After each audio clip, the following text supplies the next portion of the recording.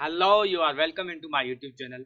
आज की इस एपिसोड में हम किसी साइंटिस्ट की बायोग्राफी के ऊपर बात नहीं करेंगे, बल्कि जो करंट पैंडेमिक काजिंग डिजीज कोविड-19 है, इसके ऊपर बात करेंगे। हम इन सवालों के जवाब ढूंढने की कोशिश करेंगे कि वैक्सीन क्या है, ये किस तरह बीमारियों को फैलने से रोकती है, और अभी तक कोविड-19 की वैक्सीन डिस्कवर क्यों नहीं हुई, और इनसे जुड़े कई और बुनियादी सवालों पर डिस्कस करेंगे। तो इस वीडियो को एंड तक जरूर देखिएगा।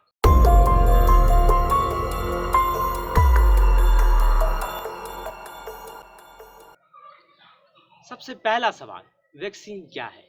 अब वैक्सीन को समझने के लिए हमें सबसे पहले अपने बॉडी के इम्यून सिस्टम को समझना पड़ेगा। हमारी बॉडी का इम्यून सिस्टम एक ऐसा दिफाई निज़ाम है जो किसी भी टाइप के जर्म को जिस्म के अंदर दाखिल होने से रोकता है, उन्हें बाहर ही ख़त्म कर देता है। अगर किसी सूरत में वो दाखिल हो भी जाते हैं तो उन्हें ख़त्म करके उनके असर को ज़ाया कर देता है। अब वैक्सीन को समझने के लिए हमें थोड़ा बहुत इम्यून सिस्टम को डिटेल से समझना पड़ेगा। हमारी बॉडी का इम्यून सिस्टम दो हिस्सों पर मुश्तमिल होता है। पहला इनेट इम्यून सिस्टम और दूसरा adaptive immune system. इनेट immune system किसी भी टाइप के जर्म्स को जिस्म के अंदर दाखिल होने से रोकता है, उन्हें बाहर ही ख़त्म कर देता है।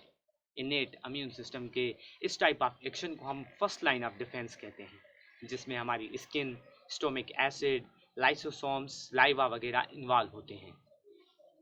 अगर बदकिस्मती से कोई जर्म हमारे जिस्म के अंदर दाखिल हो जाता है, मसलन हमें चोट लगती है, ज़ख़म हो जाता है, उस ज़ख़म के थ्रू कोई जर्म हमारे जिस्म के अंदर दाखिल हो जाता है, तो इनेट इम्यून सिस्टम एक दूसरा एक्शन परफॉर्म करता है, जिसे हम सेकेंड लाइन ऑफ डिफेंस कहते हैं या इन्फ्लेमेटरी रिस्पॉन्स कहते हैं। इन्फ्लेमेटरी रिस्पॉन्स की शुरुआत जलन से होती है, दर्द से होती है, हमारी बॉडी का टेम्परेचर बढ़ जाता है। आसान लफ्ज़ों में इन्फ्लेमेटरी रिस्पांस एक केमिकल क्राई होती है, चीखो चीखो पुकार होती है। बॉडी जिस्म की पुलिस यानी WBCs को अपनी तरफ बुलाती है। WBCs मुख्तलिफ टाइप्स के होते हैं, एंटी माइक्रोबायल्स होते हैं, न्यूट्रोलोफिल्स होते हैं। इनमें से जो सबसे अहम है मैक्रोफेज जब इन्फ्लेमेटरी रिस्पांस की जगह पर पहुंचते हैं तो वो जर्म को ट्रिगर करते हैं। ट्रिगर करने के बाद उसे फेगोसाइटोसिस करके ख़त्म कर देते हैं और उसके साथ वो खुद भी ख़त्म हो जाते हैं और नतीजे में पस बन जाता है। मगर जर्म को फेगोसाइटोसिस करने से पहले ये क्या करते हैं, उसके कुछ हिस्से हेल्पर टी सेल की तरफ भेजते हैं। अब जो ये हेल्पर टी सेल है, इन हिस्सों को एडाप्टिव इम्यून सिस्टम की तरफ ले जाता है। एडाप्टिव इम्यून सिस्टम दो टाइप्स के सेलों पर मुश्तमिल होता है, नाइव बी सेल और किलर टी सेल। सबसे पहले हेल्पर टी सेल ये शनाख्त नाइव बी सेल को देता है। नाइव बी सेल इसे रिसीव करके इसके मुताबिक शनाख्त के मुताबिक मेमोरी बी सेल बनाता है, और ये मेमोरी बी सेल जिस्म के पूरे फ्लूइड में गश्त करते हैं और इस शनाख्त के मुताबिक उस जर्म को ढूंढते हैं। अगर उन्हें मिल जाता है तो उसे एंटीबॉडी की मदद से ख़त्म कर देते हैं। और जो किलर टी सेल हैं, उन्हें जब ये शनाख्त मिलती है तो ये पूरे बॉडी में गश्त करके सेल्स को ढूंढते हैं, उन इन्फेक्टेड सेल्स को ढूंढते हैं जिनमें इन टाइप के प्रोटीन होते हैं या इन टाइप्स के जर्म्स होते हैं। तो फिर उन्हें जब मिल जाता है तो वो उसे साइटोटॉक्सिक के ज़रिए ख़त्म करते थे और नतीजन हम उस बीमारी से महफूज रह जाते हैं। अब जो ये मेमोरी बी सेल बने हैं, ये क्या करते हैं, ये हमें लाइफ टाइम प्रोटेक्शन देते हैं। मसलन अगर फ्यूचर में इस टाइप का दोबारा जर्म अगर हमारे जिस्म में दाखिल होता है तो हमारी बॉडी जिस्म को बीमार किए बगैर इसे ख़त्म कर देती है और हम महफूज हो जाते हैं। अब हम देखते हैं कि वैक्सीन क्या है। वैक्सीन एक ऐसा लिक्विड होता है जिसमें इनएक्टिवेटेड जर्म्स के हिस्से होते हैं या जर्म खुद होता है। अब जब ये हमारे जिस्म में अंदर दाखिल किया जाता है तो हमारा इम्यून सिस्टम इसे ट्रिगर करता है, ट्रिगर करके इनके खिलाफ एंटीबॉडी बनाता है। अब क्योंकि ये इनएक्टिवेटेड होते हैं तो हमें नुकसान नहीं पहुंचाते और रिप्रोड्यूस भी नहीं होते, इसलिए हमारा इम्यून सिस्टम इनके खिलाफ ध्यान से एंटीबॉडीज और मेमोरी बी सेल बनाता है और इन्हें ख़त्म कर देता है और इनके खिलाफ मेमोरी बी सेल बना देता है जो हमें लाइफ टाइम प्रोटेक्शन देते हैं। अगर फ्यूचर में इस टाइप का जिंदा जर्म अगर हमारे जिस्म में दाखिल हो जाता है तो उससे ख़त्म कर देते हैं, उसके असर को ज़ाया कर देते हैं। आजकल के दौर में बीमारियों को जड़ से ख़त्म करने के लिए कई सारी बीमारियों की वैक्सीन बच्चों को बर्थ के बाद लगाई जाती है। उनमें से डिप्थीरिया है, मील्स है, मम्स है, पिट्रियोसिस है, पोलियो है, रूबीला, स्मॉल पॉक्स है, टेटनस है, hepatitis A, hepatitis B, haemophilus B, rota virus, penta virus और कई सारी बीमारियों की वैक्सीन लगाई जाती है, ताकि बच्चा जब बड़ा हो तो इन बीमारियों की इम्यूनिटी उसके जिस्म में पहले ही मौजूद हो। और इनमें से कुछ बीमारियां 100% ख़त्म हो चुकी हैं और कुछ अभी भी वर्ल्ड वाइड वैक्सीनेट हो रही हैं। अब यहाँ पर एक सवाल पैदा हो सकता है, अगर वाकई में हमारा इम्यून सिस्टम और वैक्सीन बीमारी से लड़ने में कामयाब हो जाते हैं और हमें लाइफ टाइम प्रोटेक्शन देते हैं, तो हमें हर साल मलेरिया की बीमारी क्यों होती है और हमें हर साल उसकी वैक्सीन लगानी पड़ती है ट्रीटमेंट के लिए? या फिर जो कोल्ड बीमारी है वो भी हमें हर साल होती है? होना तो यूं चाहिए कि हमारे इम्यून सिस्टम ने तो उसके खिलाफ इम्यूनिटी पैदा कर दी है, तो ये हमें दोनों हर साल क्यों होती है? इस सवाल का जवाब कुछ यूं है। मलेरिया बीमारी जो हमें हर साल होती है, उसकी अभी तक कोई वैक्सीन डिस्कवर नहीं हुई। उसके खिलाफ जो हम ट्रीटमेंट के लिए इंजेक्शंस लगाते हैं, मसलन क्लोरोक्विनिन है, आर्टिमेथर है, क्लिंडामाइसिन है, डॉक्सीसाइक्लिन है, ये जितनी भी तरीके की इंजेक्शंस हैं, ये वैक्सीन्स नहीं, ये ड्रग्स हैं। अब वैक्सीन और ड्रग्स में दिन रात का फ़र्क है। वैक्सीन हमारे इम्यून सिस्टम को ट्रिगर करने के लिए लगाई जाती है, हमारे इम्यून सिस्टम को ट्रेन करने के लिए लगाई जाती है, उस जम की मालूमात फराम करती है। दूसरी तरफ जो ड्रग है, ड्रग एक मालिक्यूल होता है जिसका इम्यून सिस्टम से कोई लेना देना नहीं होता, वो सिर्फ उस स्पेसिफिक जम को ख़त्म करता है। अब जो कोल्ड की बीमारी हमें हर साल हुई है, मसलन जो मुझे इस साल बीमारी हुई है कोल्ड की, वो मुझे दोबारा नहीं होगी। मुझे जो अगले साल कोल्ड की बीमारी होती है वो किसी और वायरसेस की वजह से होती है, क्योंकि साइंटिस्ट के मुताबिक कोल्ड की बीमारी के 200 इकसाम के वायरसेस होती हैं। अब यहाँ पर एक और सवाल पैदा हो सकता है, जैसा कि मैंने पहले बताया कि इन बीमारियों की वैक्सीन बच्चे को बर्थ के बाद लगाई जाती हैं, वैक्सीनेशन प्रोसेस शुरू हो जाता है और हमने इनमें से कुछ बीमारियां 100% ख़त्म कर दी हैं। अगर आप इस लिस्ट को गौर से चेक करें तो आपको पता लगेगा कि इनमें से हमने पाकिस्तान में एक भी बीमारी ख़त्म नहीं की। इनके केसेस अभी भी पाकिस्तान में सर्कुलेट कर रहे हैं, जिससे हज़ारों बच्चे और लोग हर साल मौत का बायस बनते हैं। जबकि हम वैक्सीन्स भी लगाते हैं, तो इसका क्या रीज़न है? इसके 3 रीज़न है। नंबर पहला, हम इन सभी बीमारियों की वैक्सीन्स बच्चों को नहीं लगाते। हम सिर्फ 6 बीमारियों की वैक्सीन लगाते हैं और उन 6 बीमारियों की वैक्सीन्स के डोज भी करेक्ट नहीं लगाते। उसका सबूत खुद वैक्सीनेशन कार्ड है। आप पाकिस्तानी वैक्सीनेशन कार्ड और अमेरिकन वैक्सीनेशन कार्ड को कंपेयर करके देखें तो आपको बड़ा फ़र्क नज़र आएगा। आपको डोजेज़ में कमी नज़र आएगी, आपको डिलीवरी शेड्यूल के टाइमिंग में कमी नज़र आएगी और आपको ये भी पता लगेगा कि कितनी बीमारियों की वैक्सीन यहाँ लग रही हैं और कितनी बीमारियों की वैक्सीन यहाँ लग रही हैं। खैर, मेरा मकसद पाकिस्तान और अमेरिका की कंपेयर करना नहीं था, क्योंकि हम एक चूहे की ताकत और हाथी की ताकत को कंपेयर नहीं कर सकते। अलबत्ता जो डोजेस की मिकदार है उससे तो करेक्ट करें। जिन जिन बीमारियों की वैक्सीन हम लगा रहे हैं उनके तो पूरे पूरे डोजेस लगाएं ताकि वो फ़ायदा दें। नंबर जो दूसरा रीज़न है वो है करप्ट निज़ाम। हमारे यहाँ इन बीमारियों की वैक्सीन्स पैसों पर भी नहीं मिलती। रेबीज़ डिजीज़ का मिसाल ले लीजिए, सिंध में लोग तड़प तड़प कर मर जाते हैं, उन्हें रेबीज़ की वैक्सीन पैसों पर भी नहीं मिलती। इतना हमारा करप्ट निज़ाम हो चुका है जो हेल्थ केयर पर ध्यान ही नहीं देता। पोलियो की बीमारी जो 10-12 साल 20 साल पहले अमेरिका में ख़त्म हो चुकी है, उसके केसेस अभी भी पाकिस्तान में एग्जिस्ट करते हैं। और जो तीसरा और सबसे बड़ा रीज़न है वो हमारी अपनी गफलत है। हमारे यहाँ पाकिस्तान में कुछ ऐसे आइंस्टाइन लोग रहते हैं जो हर वक्त पता नहीं ऐसी मन घड़त कहानियाँ बनाते हैं जिनका ना सर होता है ना पैर होता है। उनके मुताबिक ये जो वैक्सीन गवर्नमेंट मुफ्त में लगाती है वो इसलिए लगाती है ताकि हमारे बच्चे कमज़ोर हो जाएं, उनमें बच्चे पैदा करने की खासियत ख़त्म हो जाए। इसके पीछे अमेरिका की साजिश है जो हमारी पॉपुलेशन को कंट्रोल करना चाहता है और नतीजन इसके ऊपर यहूदी साजिश का ठप्पा ठोक देते हैं और अपने बच्चों को वैक्सीन नहीं लगवाते और तो और अपने पूरे मोहल्ले में, पूरे ख़ानदान में ये जाहिलियत फैलाते रहते हैं, जिसकी वजह से पॉपुलेशन का कई सारा हिस्सा वैक्सीन से महरूम हो जाता है। खैर, अपने अगले सवाल की तरफ बढ़ते हैं, जो है कि वैक्सीन किस तरह बीमारियों को फैलने से रोकती है। अब वैक्सीन जिस तरह कम्युनिटी में बीमारी को फैलने से रोकती है, उस प्रोसेस को हम हर्ड इम्यूनिटी कहते हैं। लफ्ज़ हर्ड का मतलब है group of mammals lives together for their protection.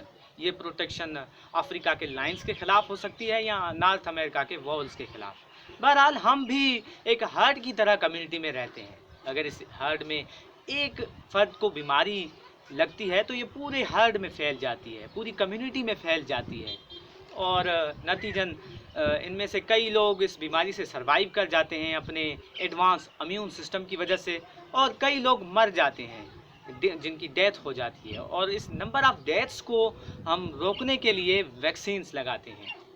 अब वैक्सीन किस तरह बीमारियों को कम्युनिटी में फैलने से रोकती है, इसे एक एनालॉजी की मदद से समझते हैं। अब ये किसी खित्ते पर दो कॉलोनियाँ हैं, ईस्ट और वेस्ट। अब ईस्ट कॉलोनी में एक ऐसी ख़तरनाक और जानलेवा बीमारी ने जन्म लिया है जो आहिस्ता आहिस्ता वक्त के साथ पूरी कम्युनिटी में फैल चुकी है और इसकी वजह से कई लोगों की डेथ्स हो चुकी है और कई लोग अपने एडवांस इम्यून सिस्टम की वजह से इस बीमारी को शिकस्त देने में कामयाब हो गए हैं। अब ये बीमारी आहिस्ता आहिस्ता वेस्ट की तरफ बढ़ रही है। वेस्ट में बैठे कुछ साइंटिस्टों ने इसे पहले ट्रिगर कर लिया और उन्होंने अपनी कम्युनिटी को महफूज बनाने के लिए इसके खिलाफ वैक्सीन डिस्कवर कर ली है। अब उन्होंने अपनी कम्युनिटी में नंबर ऑफ डेथ्स को रोकने के लिए वैक्सीनेशन प्रोसेस शुरू कर दिया है। अब एक बात याद रखिए, क्योंकि पूरी कम्युनिटी को वैक्सीन करना पॉसिबल नहीं होता, क्योंकि ये बहुत ही डिफ़िकल्ट प्रोसेस होता है। मसलन बहुत सारे फैक्टर्स इसमें इन्वॉल्व होते हैं। तो साइंटिस्ट क्या करते हैं, आर नॉट नंबर के मुताबिक वैक्सीनेशन लोगों को लगाते हैं। अब ये जो आर नॉट नंबर होता है ये एक एवरेज नंबर होता है कि एक पर्सन ये बीमारी कितने पर्सनस में ट्रांसफ़र करता है। मसलन अगर आर नॉट नंबर 1 से कम होता है तो बीमारी कम्युनिटी में ख़ुद ब खुद ख़त्म हो जाती है। अगर आर नॉट नंबर 1 से ज़्यादा होता है, मसलन जो ईस्ट से बीमारी आई है उसका आर नॉट नंबर 5 से 7 पर्सनस है। अब साइंटिस्ट क्या करेंगे, इस आर नॉट नंबर के मुताबिक कैलकुलेट करके पॉपुलेशन का जो हिस्सा है उसे मालूम करते हैं। मसलन उन्होंने ये कैलकुलेट किया कि अगर 83 या 86% को ये वैक्सीन लगाई जाए तो ये वैक्सीन बीमारी को फैलने से रोक देगी। अब जो ये बाकी का पॉपुलेशन का हिस्सा रह जाएगा तो उससे कोई फ़र्क नहीं पड़ता, बीमारी फैलने से रुक जाती है। वो किस तरह? वो इस तरह कि मिसाल के तौर पर ये वेस्ट कॉलोनी है और वेस्ट कॉलोनी में ये एक जावेद का घर है और ये जावेद क्या है, इसका ताल्लुक़ ईस्ट कम्युनिटी से है और जावेद के कुछ रिश्तेदार ईस्ट कम्युनिटी में रहते हैं और वहाँ से ये बीमारी ट्रैवल करके जावेद को लगी है और जावेद ने इसकी वैक्सीनेशन नहीं करवाई। जी हाँ, जावेद ने इसकी वैक्सीनेशन नहीं करवाई। अब क्योंकि ये वेस्ट कॉलोनी में रहता है तो जावेद का ताल्लुक़ ज़रूर वेस्ट कॉलोनी के कुछ लोगों से होता होगा। मसलन इसका ताल्लुक़ जोसेफ, लिली और जॉन से है। अब क्योंकि जोसेफ, लिली का ताल्लुक़ सिर्फ जावेद से ही नहीं होगा, उनका कई और लोगों से ताल्लुक़ होता होगा। अब क्योंकि जावेद वो पहला फ़र्द नहीं होगा कम्युनिटी में जिसने वैक्सीन नहीं करवाई, क्योंकि मैंने पहले भी बताया कि कुछ हिस्सा रह जाता है तो कई लोग कम्युनिटी में इस तरह रह जाते होंगे। अब क्योंकि ये बीमारी सिर्फ जावेद में ही ट्रांसफ़र हुई है तो जावेद का ताल्लुक़ जोसेफ और लिली जॉन से है। इन्होंने पहले से ही वैक्सीनेशन करवा दी है। अब ये बीमारी आगे फैलने से रुक जाएगी क्योंकि ये बीमारी के अराउंड एक दीवार बन जाएंगे, जिससे क्या होगा कि वैक्सीनेटेड पीपल भी इस बीमारी से बच जाएंगे। मसलन जोसेफ, लिली और जॉन के जो दोस्त हैं या उनके रिश्तेदार हैं उनमें से किसी ने अगर वैक्सीनेशन नहीं करवाई होगी तो जोसेफ, जॉन और लिली एक उनके अराउंड एक दीवार होंगे, यानी जावेद से ये बीमारी उनमें ट्रांसफ़र नहीं होगी और इस तरह ये बीमारी एक स्पेसिफिक खित्ते में दम तोड़ देती है और ये फैलने से रुक जाती है, जिससे लेस इम्यून रिस्पांस पीपल और अनवैक्सीनेटेड पीपल भी बच जाते हैं और कम्युनिटी महफूज हो जाती है। आखिरी सवाल, अभी तक कोविड-19 की वैक्सीन डिस्कवर क्यों नहीं हुई?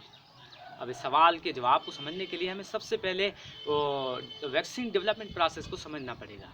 वैक्सीन डेवलप करने का जो प्रोसेस है वो 3 मरहलों पर मुश्तमिल होता है।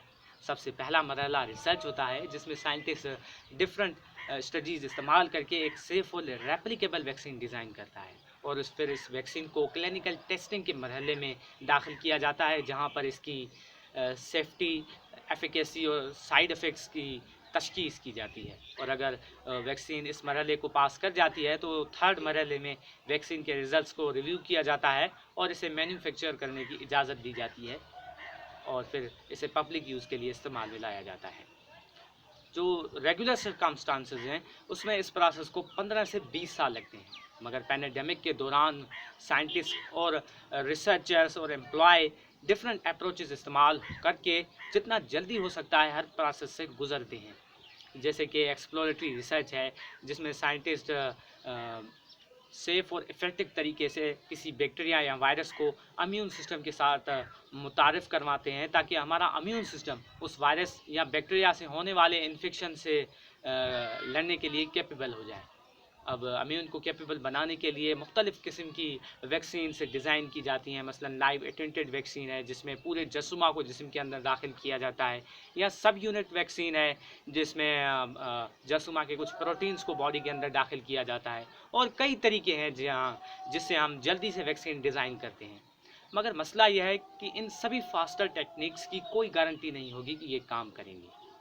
इसलिए जो सबसे बेहतरीन तरीका है वो डिफरेंट लैब्स मिलकर इकट्ठे मुख्तलिफ वैक्सीन पर रिसर्च करें और रिजल्ट्स लाएँ।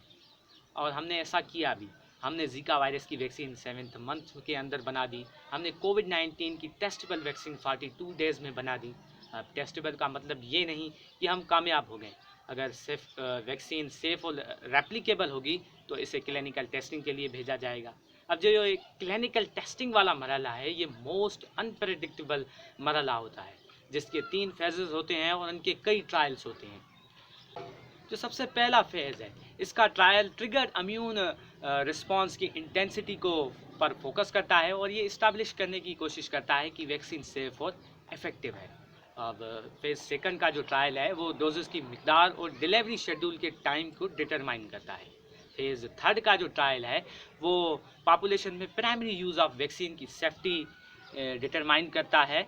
उस दौरान वो उस वैक्सीन की साइड इफ़ेक्ट्स और नेगेटिव रिएक्शन को नोट करता है और आइडेंटिफाई करता है, और उसके अलावा लॉन्ग टर्म सेफ्टी पर फोकस किया जाता है। याद रखिए कि जो क्लिनिकल टेस्टिंग वाला मरहला है इसे तेज़ नहीं किया जा सकता, ये बहुत ही रिस्की होता है, इसलिए मेडिकल इसकी इजाज़त नहीं देती। अलबत्ता एक्सट्रीम सिचुएशन में इन तीनों मराइल को हम इकट्ठे रन कर सकते हैं, या कभी कभी ऐसा होता है कि प्रीवियसली अप्रूव्ड वैक्सीन से मदद लेकर करंट डिजीज़ की वैक्सीन डिज़ाइन की जाती है। मसलन 2009 में जैसे हमने फ्लू से वायरस H1N1 की वैक्सीन बनाई थी, और ऐसा तभी मुमकिन है जब हम सिमिलर पैथोजन पर काम कर रहे हों, ना कि डिफरेंट पैथोजन्स पर। जिस तरह हमने कोविड-19 की जो ड्रग है वो मलेरियल वैक्सीन से बनाई, उसमें कुछ चेंजेस करके हाइड्रोक्सीक्लोरोक्विन बना दी।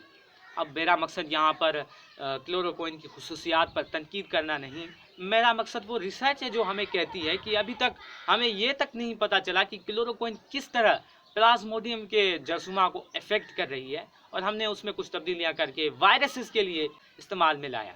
बहरहाल ये एक अलग मौजू है जिस पर हम किसी और दिन बात करेंगे। फ़िलहाल अपनी वीडियो को कंटिन्यू करते हैं। अगर वैक्सीन क्लिनिकल टेस्टिंग के मरहले को पास कर जाती है तो फिर नेशनल रेगुलेटरी अथॉरिटी इसके रिजल्ट्स को रिव्यू करती है और इसे मैन्युफैक्चर करने की इजाज़त दे देती है, और फिर इसे पब्लिक यूज़ के लिए मैन्युफैक्चर किया जाता है। मेरे ख्याल से अब आपको इस सवाल का जवाब ज़रूर मिल गया होगा कि अभी तक कोविड-19 की वैक्सीन डिस्कवर क्यों नहीं हुई। अलबत्ता मैं आपको बताता चलूँ कि कोविड-19 पर 150 से ज़ायद कंपनियां जो है वैक्सीन पर रिसर्च कर रही हैं। इनमें से 20 कंपनियां क्लिनिकल टेस्टिंग के मरहले से गुजर रही हैं, तो रिज़ल्ट बहुत ही जल्द आने के इंकशाफ किए जा रहे हैं, और ये बताया जा रहा है कि वैक्सीन 2021 की शुरुआत में या एंडिंग में आ जाएगी।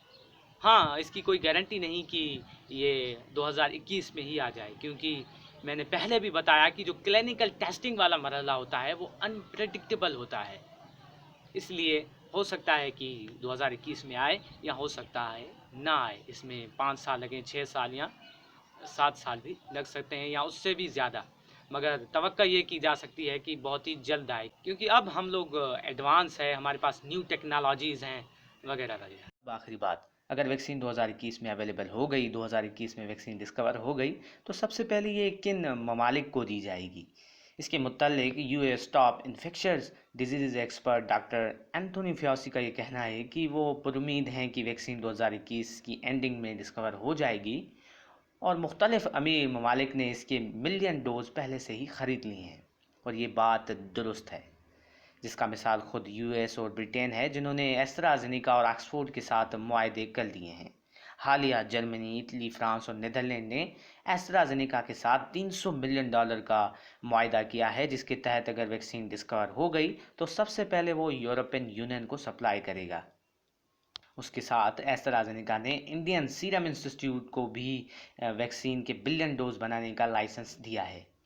और इसके साथ ग्रुप इंक्लूडिंग वैक्सीन अलायंस भी गरीब ममालिक के लिए बिलियन डोज खरीदने के लिए बहुत काम कर रही है। फिलहाल इस वीडियो को यहीं पर एंड करते हैं। आपसे मुलाकात होगी अगली वीडियो में।